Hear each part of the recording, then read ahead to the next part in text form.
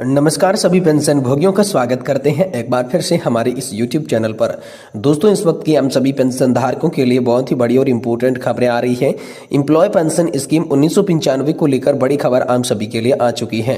EPS 95 न्यूनतम pension 7,500 रुपए के साथ बैंक इफेक्ट एरियर का करेंगे भुगतान। जी हाँ दोस्तों, EPS 95 पेंशन भोगियों के लिए बड़ी खुशखबरी बताई जा रही है। तो किस तरीके से न्यूनतम पेंशन 7,500 रुपए के साथ बैंक इफेक्ट एरियर का भुगतान किया जाएगा, इसके बारे में दोस्तों आज इस वीडियो के अंदर बात करेंगे।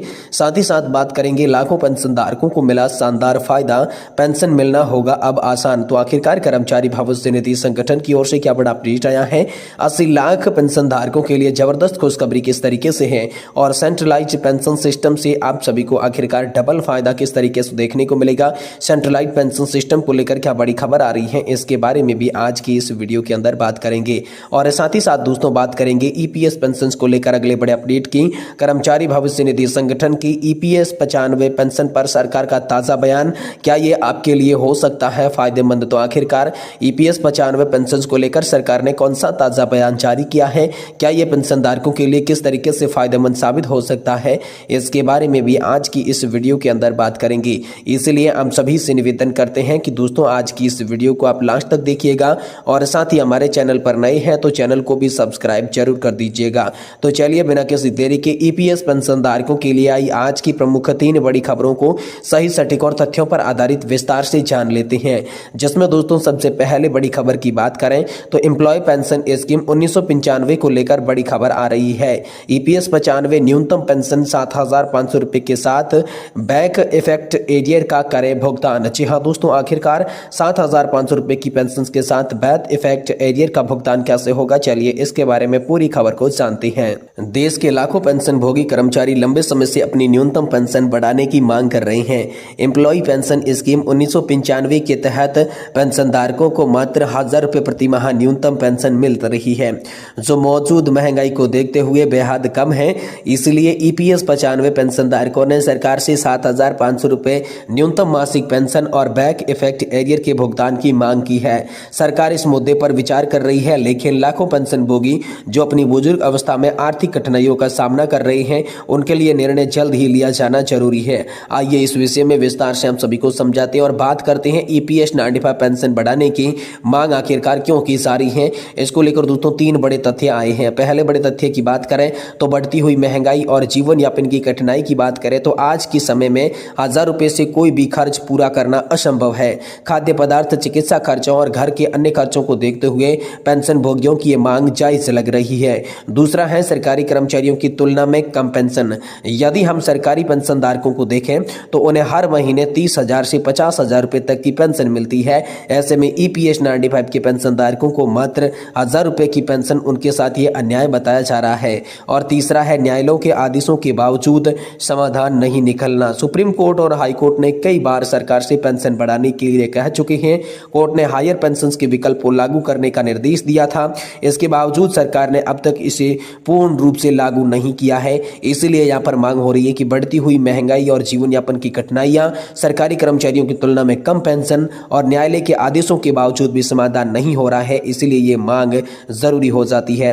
साथ ही बात करें कि EPS 95 के पेंशन को बढ़ाकर 7,500 रुपए करने की योजना क्या है, तो दोस्तों EPS 95 पेंशन भोगियों के संगठन लगातार ये मांग कर रही है कि न्यूनतम पेंशन को 1,000 रुपए से बढ़ाकर 7,500 रुपए किया जाए। जी हाँ दोस्तों, प्रस्ताव है न्यूनतम पेंशन का, उसकी वर्तमान स्थिति 1,000 रुपए है और इसी प्रस्ताव को बढ़ाकर 7,500 रुपए करने का है। महंगाई भत्ते की बात करें तो इसमें कोई वर्तमान स्थिति नहीं है, लेकिन प्रस्तावित यह है कि हर साल महंगाई दर के अनुसार महंगाई बढ़नी चाहिए। अब बैंक इफेक्ट के प्रस्ताव की बात करें तो नहीं दिया गया है अभी तक, लेकिन 2014 से भुगतान की यहाँ पर मांग की जा रही है। यदि यह बदलाव लागू होता है तो पेंशन भोगियों को इस बदलाव से काफी ज्यादा राहत देखने को मिल जाएगी। वहीं दोस्तों बैंक इफेक्ट एरियर की मांग क्यों हो रही है, तो EPS 95 पेंशन धारकों ने सरकार से 2014 से बकाया एरियर की भुगतान की मांग की है।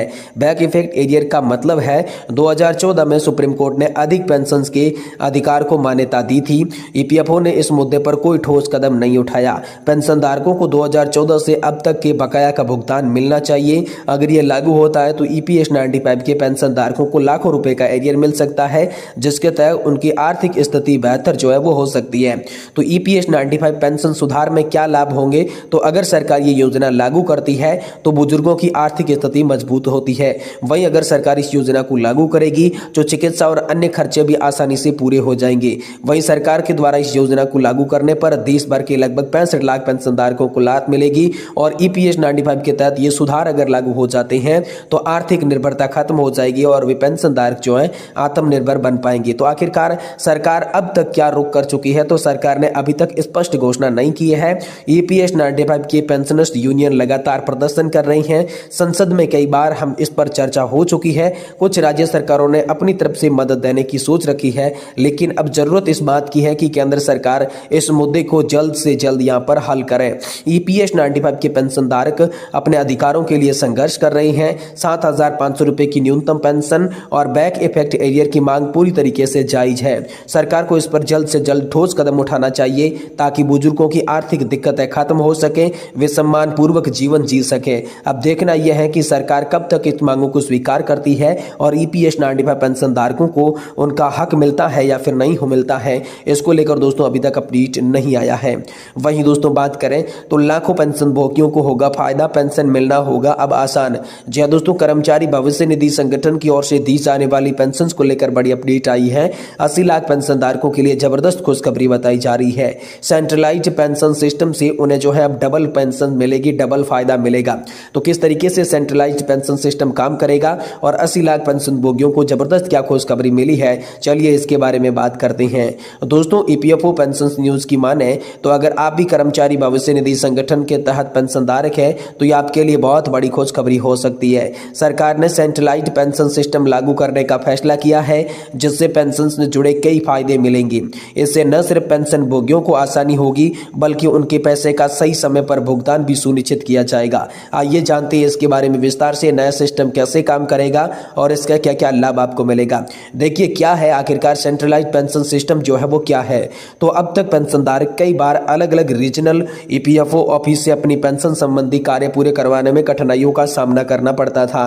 सेंट्रलाइज्ड पेंशन सिस्टम लागू होने के बाद पूरा सिस्टम डिजिटल और ऑटोमेटेड हो जाएगा, जिससे प्रक्रिया तेज और पारदर्शी बन जाएगी। पेंशन से जुड़े सभी डेटा को एक ही प्लेटफॉर्म पर लाया जाएगा, ये इसके तहत होने वाला है। पेंशन ट्रांसफर और भुगतान से पहले ज्यादा तेज और सुरक्षित हो जाएंगे। ऑनलाइन सेवाएं ज्यादा आसान हो जाएगी और सुचारू होगी और पेंशन फंड मैनेजमेंट अधिक पारदर्शी हो जाएगा। यह सिस्टम के तहत यहां पर प्रावधान रखा गया है। तो ईपीएफओ की ओर से जो न्यूज आ रही है जिसमें सेंट्रलाइज्ड पेंशन सिस्टम के बड़े फायदे क्या है, तो पहला फायदा है बिना देरी के पेंशन भुगतान। पहले पेंशनधारकों को कई बार भुगतान में देरी की समस्या झेलनी पड़ती थी। अब नए सिस्टम से स्वचालित भुगतान प्रणाली लागू होगी, जिससे पेंशन तय समय पर सीधे बैंक खाते में आएगी। दूसरा है एक जगह से पूरे देश में पेंशन की सुविधा। अगर कोई भी पेंशन भोगी एक राज्य से दूसरे राज्य में शिफ्ट हो जाता है तो उनका रीजनल ईपीएफओ ऑफिस बदलने की परेशानी होती है, लेकिन अब किसी भी शहर में जाएं अपनी पेंशन बिना रुकावट के मिल सकती है। यहाँ पर यह सेंट्रलाइज्ड पेंशन सिस्टम का दूसरा बड़ा फायदा है। तीसरा है कम कागजी कार्रवाई और ज्यादा डिजिटल सुविधा। अब पेंशन से जुड़ी सभी सेवाएं ऑनलाइन उपलब्ध होगी, जिससे फॉर्म भरने, वेरिफिकेशन कराने और कागजों का झंझट से छुटकारा मिलेगा। ईपीएफओ पोर्टल का लाइव अपडेट्स की बात करें तो ईपीएफओ ने नए सिस्टम से पेंशनधारक खाते का सिस्टम रियल चेक कर सकेंगे। उन्हें हर महीने पेंशन ट्रांसफर करने की स्थिति का अपडेट मिलेगा, जिससे कोई भी गलती या फिर समस्या होने पर तुरंत सुधारा जाएगा। और पांचवा है हेल्पलाइन और चैट सपोर्ट। नए सिस्टम से ईपीएफओ पेंशनधारकों के लिए डिजिटल हेल्पलाइन और चैट सपोर्ट की सुविधा करेगा, जिससे वे अपनी समस्या का हल तुरंत पा सकेंगे। यानी कि दोस्तों सेंट्रलाइज्ड पेंशन सिस्टम से बिना देरी के पेंशन मिलेगी। एक जगह से दूसरी जगह जाने पर पूरे देश में पेंशन की सुविधा मिलेगी, कम कागजी कार्रवाई होगी और ज्यादा डिजिटल सुविधा मिलेगी। ईपीएफओ पर लाइव अपडेट्स देख सकते हैं। हेल्पलाइन और चैट सपोर्ट के माध्यम से यहाँ पर पेंशनधारकों को आसानी होने वाली है। ये सेंट्रलाइज्ड पेंशन सिस्टम के यहाँ पर मुख्यतः 5 फायदे बताए गए हैं।